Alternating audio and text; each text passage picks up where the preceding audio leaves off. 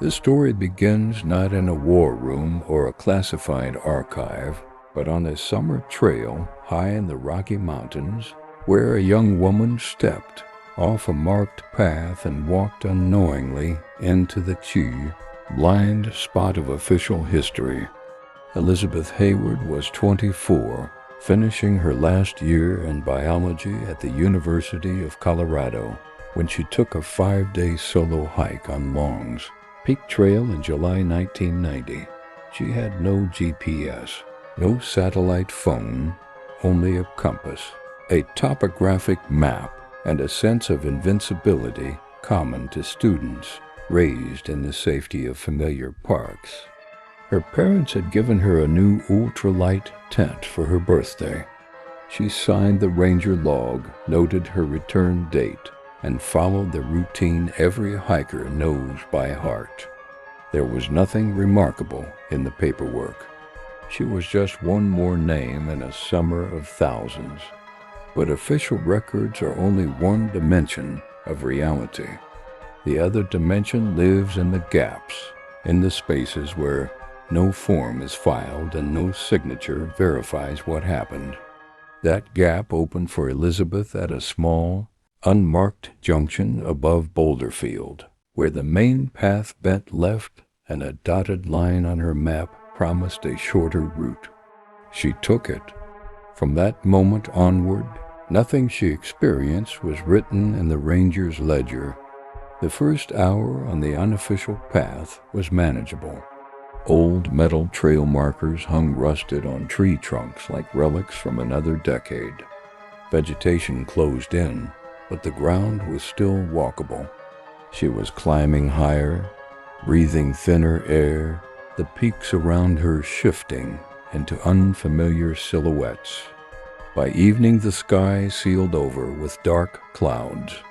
In the Rockies, a summer storm can build like a coup fast, silent and irreversible, until it breaks across you with cold rain and wind that feel like punishment for underestimating it. Elizabeth pitched her tent in a hollow between boulders, confident she could ride it out. She did not yet know that survival in a crisis often hinges less on equipment than on alliances you do not expect. The storm that night was not a passing summer squall, but a sustained assault of rain, sleet, and plunging temperatures. Her sleeping bag soaked, her tent collapsed, and hypothermia advanced with the quiet inevitability of bureaucracy moving toward a signature. In the darkness, shivering, she crawled from the wreckage and into a crevice between stones. It was there, soaked to the bone, on the edge of losing consciousness, that she entered what she now calls the blank zone, the place where the documented world ends and something older begins. At dawn, she tried to reorient. The map dissolved in her hands. The compass needle wavered. She followed the logic of survival. Descend, find water, follow it down. The rocks were slick, the air thin. Her hands tore against stone and roots as she scrambled alongside a mountain stream. By midday, she reached a broader valley and collapsed on a fallen spruce to rest, inventorying what little food and water she had left. It was there, at the moment her plans had reduced to one more night of cold and hunger, that she heard the sound, a low, resonant moan like the engine-deep groan of a ship moving through fog, except she was 30 miles from the nearest road. Once, twice closer each time. Not wind, not falling trees. Something else. The forest around her held its breath. She rose slowly, ready to run, but her body would not obey. Branches cracked behind her. When she turned, she saw what she is still trying to explain 3 decades later. A figure at least 8 feet tall, massive shoulders draped in dark fur that caught the gray light. Arms hanging long, hands broad as shovels. A face not animal, not fully human, but assembled from both in proportions the mind rejects. Eyes deep under bone ridges, fixed on her with an unreadable expression, not aggression, not pity, but recognition. It stepped forward, the ground vibrating under its weight, moving with a hunter's grace. The smell reached her before its warmth. Pine resin, wet earth, a musk of something wild and old. Her training told her such a thing did not exist. Her senses told her was breathing, watching, deciding. When she stumbled back toward the river, her pack snagged on a branch, and the sound snapped the creature's head toward her with the precision of a predator. Yet it did not charge. It uttered the same low sound she had heard before, softer now, almost questioning, and began to move deliberately closer. Elizabeth turned, slipped on the slick stones, and fell face first into the river. The current was stronger than it looked, the water glacial. She swallowed mouthfuls of ice melt, her limbs slowing under the drag of wet clothes. Stones hammered her ribs. She began to sink. Then a force clamped her backpack, lifted her like a child's toy, and set her down on the far bank. Above her bent the creature, enormous and scar-marked up close, its hands black-nailed but warm, its breath a mix of raw meat and mountain berries. It made a low, gurgling sound, not threat but reassurance, and brushed water from her hair with fingers that could have crushed her skull. Then it lifted her again, gently, and carried her uphill through the forest with a certainty of route no map could match. They arrived at a cave at the base of a cliff, dry and lined with pine needles, moss, and pelts. Fire marks on the walls. In one corner, neat piles of bones, and in another, human objects, a broken army knife, a metal cup, fragments of fabric stored like artifacts. This was not a lair in the animal sense, but a habitation, a place prepared. The being laid out a bare skin and gestured for her to lie down. She shed her wet clothes, wrapped herself in the dense fur, and felt warmth return to her body, as if some unseen barrier between life and death had been held open for her.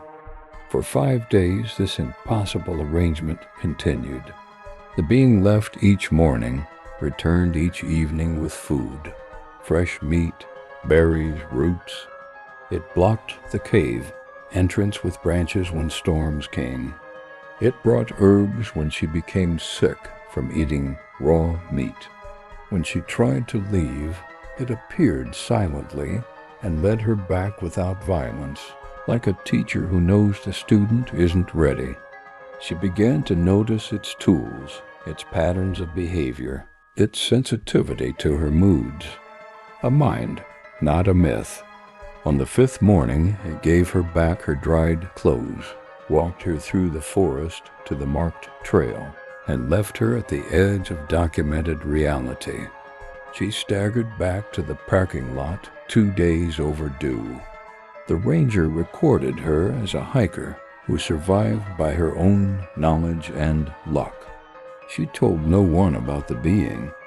Only later, when she found a smooth stone inscribed with simple lines in her pocket, identical to those stacked in the cave, did she realize it had given her a token, perhaps as proof, perhaps as a reminder.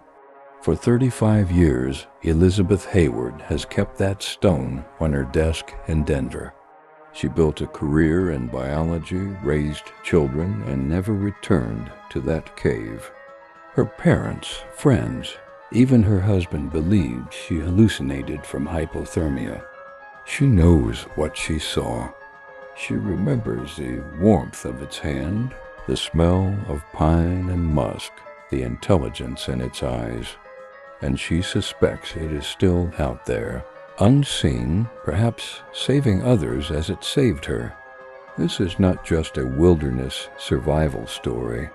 It is a data point at the edge of our maps, a witness account of a being that official science does not yet accept, hidden in plain sight inside a national park whose borders are surveyed, but whose interior remains untamed.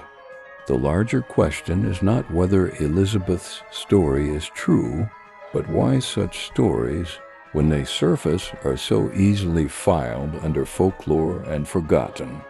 Who benefits from keeping them in the category of myth? What do we risk acknowledging if we treat them as evidence instead of anecdote? Behind every classified report, every redacted page, there are choices about what the public is allowed to know. Elizabeth's account, set against the backdrop of the early 1990s, collides with another pattern of suppressed knowledge: the quiet consolidation of wilderness management, the rise of private research contracts in national parks, the use of public lands for experiments and covert operations.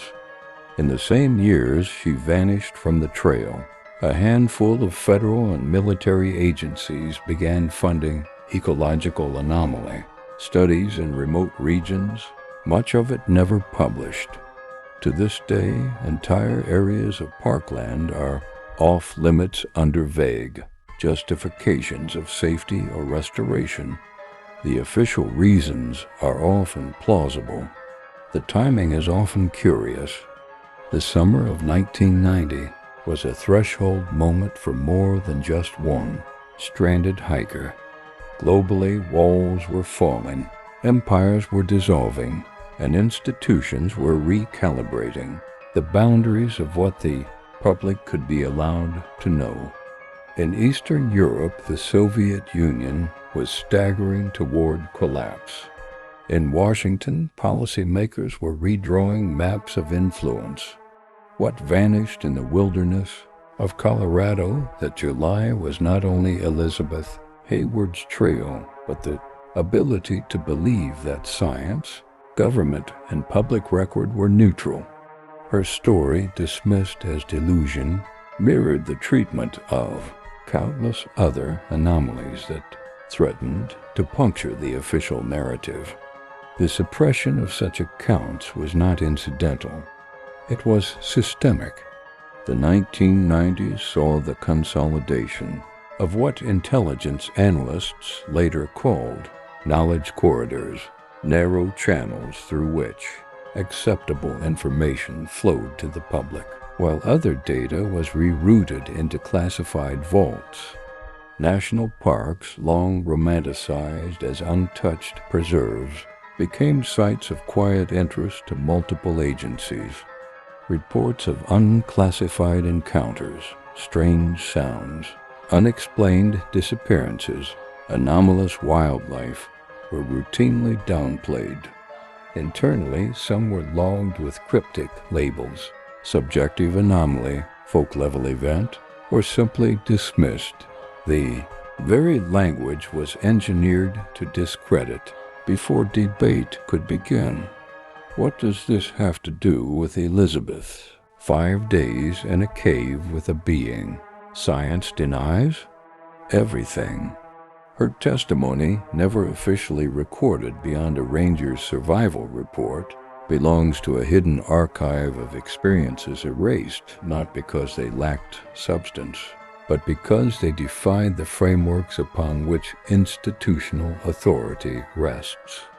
To admit such events is to admit that the world is larger, stranger, and less controllable than the official record suggests. And control of land, of knowledge, of perception has always been the currency of power. During the same years, federal agencies began entering contracts with private firms to conduct biological surveys in high-altitude ecosystems. On paper, these were ecological studies. Off the record, some insiders spoke of anomaly, mapping, documenting not just flora, and fauna, but unclassified phenomena, from electromagnetic irregularities to unexplained auditory signatures. The Rockies, the Cascades, the Appalachians all became theaters of study where the line between science and security blurred. Very little of this research reached academic journals. Instead, it circulated in closed reports, stamped with redactions that concealed not names of agents but categories of experience itself. Elizabeth's silence was not simply personal. It was patterned. Survivors of wilderness anomalies often found themselves ridiculed, their accounts reduced to hallucination or hysteria. This ridicule was not spontaneous. It was cultural infrastructure, carefully maintained to ensure that those who witnessed what should not exist became their own censors. The result was a population trained to doubt not just institutions, but their own eyes. And in that doubt, control was preserved. But even controlled narratives leak. Over the decades, fragments of testimony, hunters, soldiers, hikers, even rangers themselves surfaced in local newspapers, late-night radio, and scattered memoirs. The consistency of description across geography and generation is difficult to dismiss. Massive figures, human yet not, inhabiting liminal zones of forest and mountain. Patterns of behavior suggesting intelligence, even ethics, but shrouded in fear and taboo. What Elizabeth lived in 1990 fits into this broader lattice of testimony, a lattice the institutions of record have every reason to fracture before it coheres into recognition. The deeper question, though, is not about a single creature in the Rockies. It is about the architecture of denial. Why do modern states invest so heavily in controlling which truths reach daylight? Why are anomalies of biology, geology, even history itself so consistently treated as noise rather than a signal? The answer lies in the logic of power. Unpredictability undermines authority. If a citizen can point to evidence of realities unacknowledged by science, then science itself, as an arm of state order, appears incomplete. To preserve its authority, the unknown must be domesticated, ridiculed, or erased. In the early 1990s, this logic extended far beyond wilderness reports. The same mechanisms of suppression that kept Elizabeth's story in the shadows were at work in other theaters. The downplaying of chemical exposure among Gulf War veterans, the silencing of indigenous testimony on sacred lands, earmarked for resource extraction, the careful rewriting of financial crises into stories of natural correction rather than systemic manipulation. The playbook was the same: deny, ridicule, erase, replace. And through it all, populations learned to doubt what they saw, felt, and endured to internalize silence. Elizabeth's stone, engraved with simple geometric lines, is not merely a memento of survival. It is an artifact that bridges the gap between the known and the disallowed. Its very existence raises questions institutions cannot answer without unraveling their authority. If she were to present it as evidence, what would follow?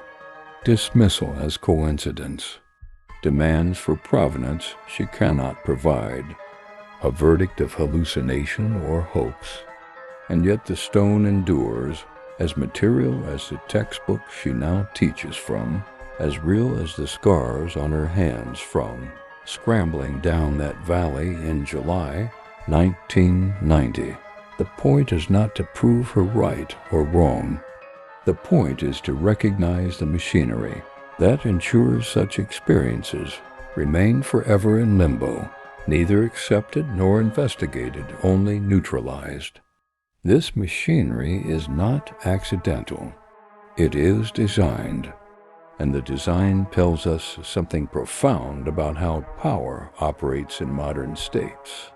It is not simply about borders or armies, but about narrative, the story of what is possible, what is real, and who gets to decide. Elizabeth's survival was personal. Its implications are political. In the shadow of her account, we see reflected the deeper logic of the era, a world being reorganized, not just by treaties and trade, but by silence and erasure. The wilderness of Colorado becomes metaphor and microcosm, a terrain where maps dissolve, compasses spin, and survival depends not on what you carry, but on what you are, willing to accept as real. The question is whether our societies, too, are wandering off marked trails, led by dotted lines into territories our official narratives cannot explain. And if we are, who or what is waiting in the blank zones, watching, deciding whether to let us return? What Elizabeth Hayyward carried back from the mountains was not only a stone, but a fracture, a line in the surface of accepted reality that once seen never fully seals again. For 35 years she has lived with the memory of an intelligence outside the taxonomy of science, an encounter that refused to be reduced to hallucination or myth. Yet her silence, like that of countless others, has been folded into the fabric of an official world order built not on truth, but on the careful rationing of it. And that rationing is not accidental. It is governance itself. By the late 20th century, governments had perfected the art of narrative management. To acknowledge Elizabeth's account, or any like it, would require confronting questions that ripple outward into every domain. If such beings exist, then the foundational premise of state authority, that the world is knowable, measurable, and therefore governable, begins to crumble. Bureaucracy thrives on certainty. Anomalies are threats, not because they endanger lives, but because they endanger the illusion of mastery. And so they are contained, not through research, but through ridicule, their witnesses left to carry impossible truths alone. But history shows that denial is not only about creatures in the forest. The same structures of silence have cloaked darker human realities. Consider the files declassified decades too late, revealing chemical experiments on soldiers, surveillance of civilians, or corporate state collusion to bury environmental disasters. Each revelation follows the same arc. First dismissal, then ridicule, then, when silence is no longer possible, a partial admission reframed as isolated error.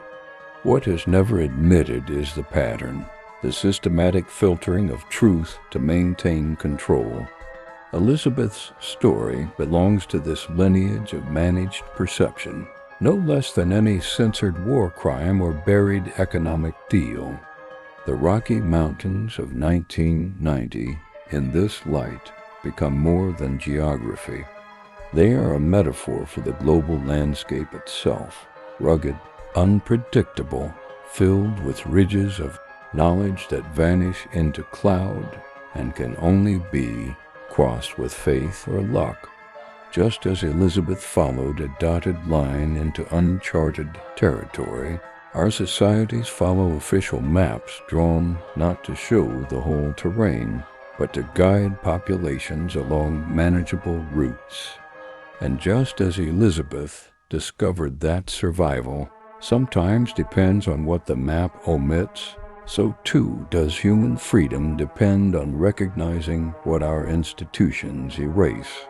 When you begin to look at the world through this lens, patterns sharpen. The suppression of unexplained. Wilderness encounters mirrors the suppression of indigenous knowledge about sacred lands. The dismissal of cryptid testimony mirrors the dismissal of local accounts of resource exploitation. The erasure of one young woman's impossible survival echoes in the erasure of whole populations, whose truths are inconvenient to empire. Different scales, same logic, silence as strategy. Elizabeth herself became a biologist, a scientist committed to the study of life in its observable forms. Yet she carries a private paradox. Her most important lesson came not from textbooks, but from 5 days in the company of something that textbooks deny. Her career, her lectures, her publications all exist in the daylight world of accepted categories. But on her desk rests the stone, a quiet indictment of that world's limits. Each line carved into its surface whispers of a parallel, record-keeping, one not of institutions, but of encounter, memory, and survival. What are we to make of that? Perhaps the point is not to prove or disprove, but to see the machinery of disbelief itself. Why do we need every anomaly to be explained away? Why does our culture demand that every wilderness mystery be folded into either folklore or fraud? Because to admit the alternative, that there are realities ungoverned by us, is to admit fragility in the very architecture of our world order. And fragility, once seen, cannot be unseen. But fragility is not failure. It is possibility. Elizabeth's account, whether taken as literal truth or as metaphor, forces us to confront a choice. Do we cling to maps that comfort us, or do we step off the dotted line and accept that the terrain is stranger, wilder, and more layered than official narratives admit? If we choose the latter, we must also accept the responsibility that comes with it. We must build societies that do not fear the unknown, but engage with it, not as threat, but as teacher. For in the end, Elizabeth's survival was not just a personal rescue. It was a political parable. She was lifted from a freezing river by something that, by all logic, should not exist, and yet did. Our civilization, too, stands in rivers of its own making, economic systems flooding beyond control, ecological crises rising faster than our institutions can respond, political storms eroding the tent stakes of order.